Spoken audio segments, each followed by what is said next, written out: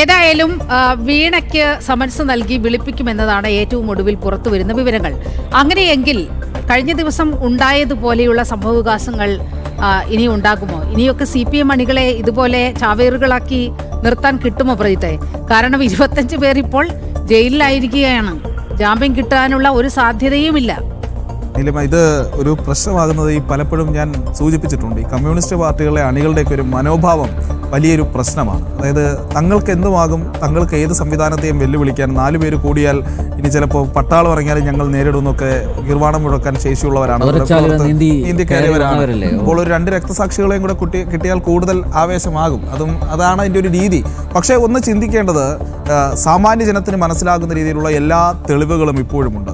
വീണ കൊടുത്ത മൊഴി നിൽക്കുന്നു, അവിടെ SFIയുടെ കണ്ടെത്തൽ നിലനിൽക്കുന്നു, അതിനു മുൻപ് നടത്തിയിട്ടുള്ള അന്വേഷണങ്ങൾ നിലനിൽക്കുന്നു. ഇപ്പോൾ ഈ സാഹചര്യത്തിലെല്ലാം ബുദ്ധിയും ബോധമുള്ള ഏതൊരാൾക്കും വിലയിരുത്താൻ കഴിയും, ഇവിടെ ഒരു വലിയ ക്രൈം നടന്നിട്ടുണ്ട്, ഒരു വലിയ അഴിമതി നടന്നിട്ടുണ്ട്, മാസപ്പടി കിട്ടിയിട്ടുണ്ട്. അങ്ങനെയുള്ള ഒരു നേതാവിൻ്റെ മകളെ സംരക്ഷിക്കാൻ വേണ്ടി, അല്ലെങ്കിൽ നാളെ ആ നേതാവിലേക്ക് അന്വേഷണം പോകുമെന്നുള്ളത് കൊണ്ട് ഇറങ്ങി ഇനി സ്വന്തം ജീവിതം ഇപ്പോൾ കൊടുത്തിരിക്കുന്ന ഈ 10-25 പേരുടെ കാര്യം പറയുന്നത് പോലെ, കാരണം അവർക്ക് എന്തായാലും ഉടനെ ഒന്നും ജാമ്യം കിട്ടാൻ പോകുന്നില്ല, അവർ ഉടനെ ഒന്നും പുറത്തിറങ്ങാനും പോകുന്നില്ല.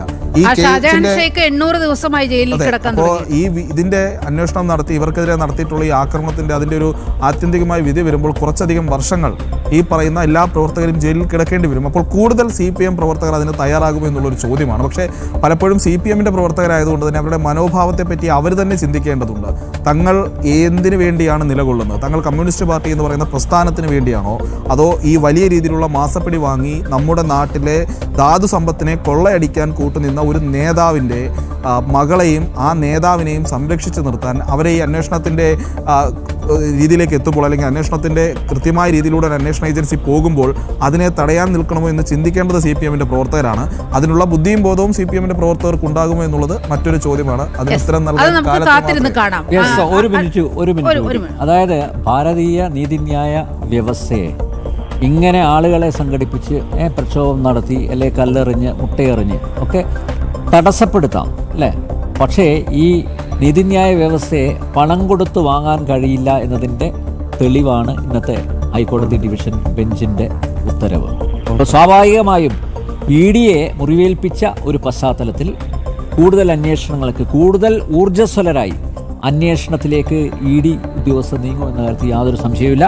അതിൻ്റെ ഒരു ആദ്യ പടിയായിട്ട് വേണം ഇന്നത്തെ ED തലവൻ കൊച്ചിയിൽ ക്യാമ്പ് ചെയ്ത് ഒരു ദിവസം ചർച്ച നടത്തി അദ്ദേഹം മടങ്ങിപ്പോയത്. അതാണ് ഇനി ഉറ്റുനോക്കുന്നത് രാഷ്ട്രീയ കേരളം. ദേശീയ രാഷ്ട്രീയം പോലും ഉറ്റുനോക്കുന്ന സംഭവവികാസങ്ങൾക്കാകും ഒരുപക്ഷെ കേരളം സാക്ഷ്യം വഹിക്കുക. വീണയ്ക്ക് ഉടൻ സമൻസ് നൽകും. പിണറായിയിലേക്കും ഇതുമായി ബന്ധപ്പെട്ട അന്വേഷണം നീളാൻ വലിയ താമസമില്ല എന്ന് തന്നെയാണ് കാര്യങ്ങൾ വ്യക്തമാക്കുന്നത്.